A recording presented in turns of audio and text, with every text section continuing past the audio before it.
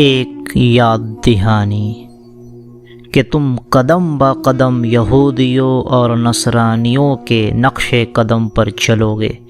یہاں تک کہ وہ گرگٹ کے بل میں گھس جائیں گے تو تم بھی قدم با قدم، step by step, inch by inch ویسا ہی کرو گے۔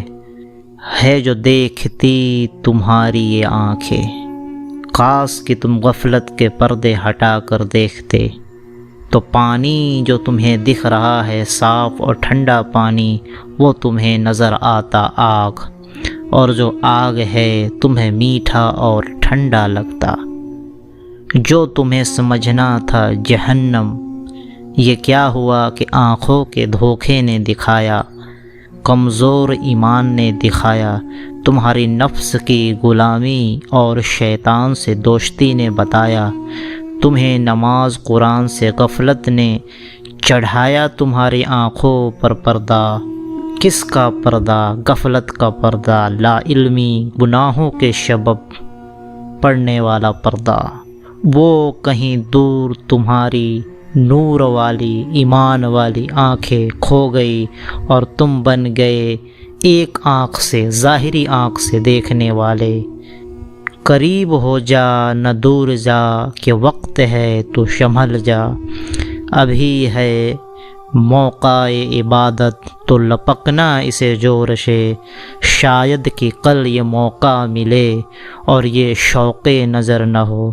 شاید کہ کل یوں ہی غفلتوں کے دن میں تم گر جاؤ۔ پڑھ سورہ کہف کی 10 آیتیں بار بار، پڑھ حدیث فتنہ، آخری زمانے کی حدیثیں، تو یوں اٹھے گا پردہ اور کھل جائے گی دل کی آنکھ۔ نور،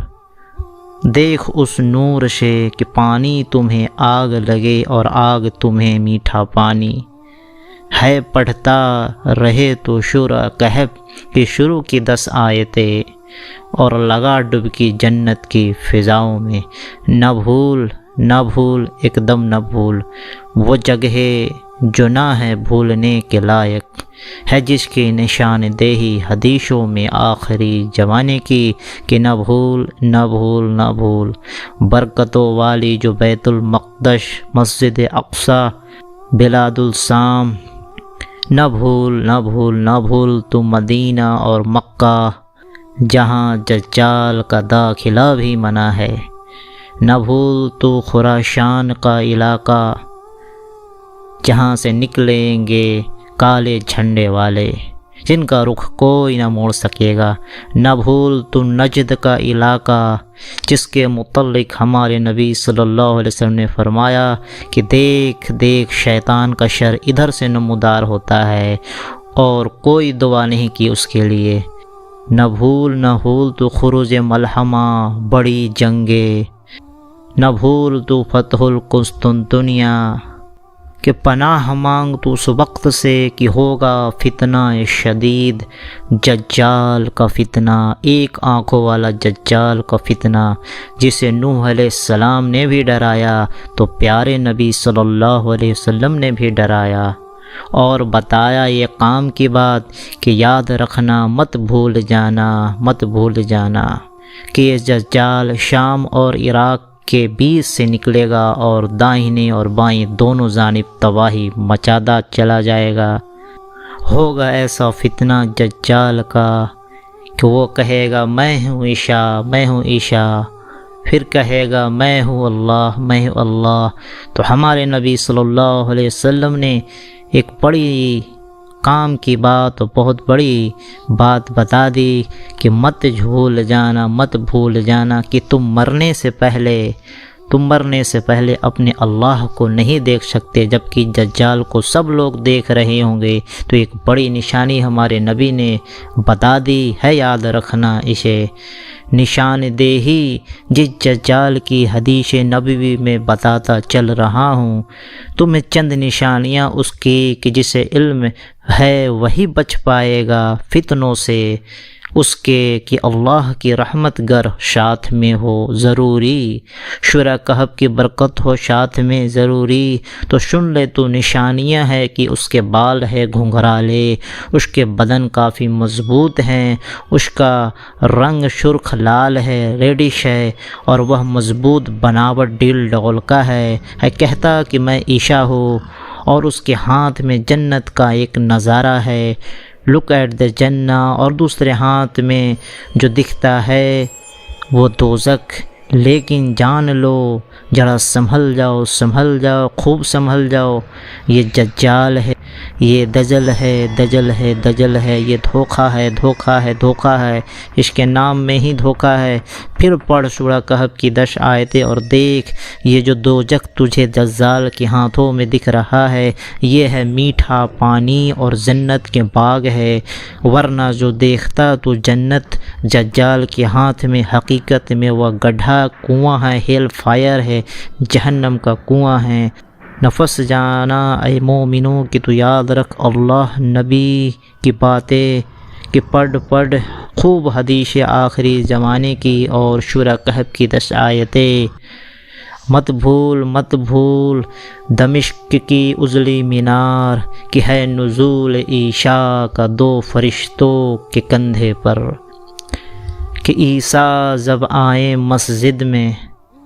اجلی مینار والے مسجد کے صحن میں، تو وقت کا امام کرے نماز کی تیاری، کہ دیکھ عیسیٰ کو وہ ایک سائیڈ ہو جائے اور کہے کہ آئے نماز پڑھائیں، تو عیسیٰ علیہ السلام کہیں گے کہ اس امت کے لیے آپ کو امام بنایا گیا ہے، تو آپ نماز پڑھائیں۔ ہے نماز سے فارغ ہو کر جب عیسیٰ علیہ السلام نکلیں گے مسجد سے، اور دجال چاروں طرف سے اس مسجد کو گھیر چکا ہوگا، تبھی وہ عیسیٰ علیہ السلام کو جب دیکھے گا تو ایسا بھاگے گا، اور اس طرح سے ہو جائے گا جیسے پانی میں نمک گھولتا ہے، اور عیسیٰ علیہ السلام اسے باب لدہ کے مقام پر قتل کر دیں گے، اور اس کا خون لوگوں کو دکھائیں گے، اور پھر اللہ سبحانہ و تعالی کچھ ہی دنوں کے بعد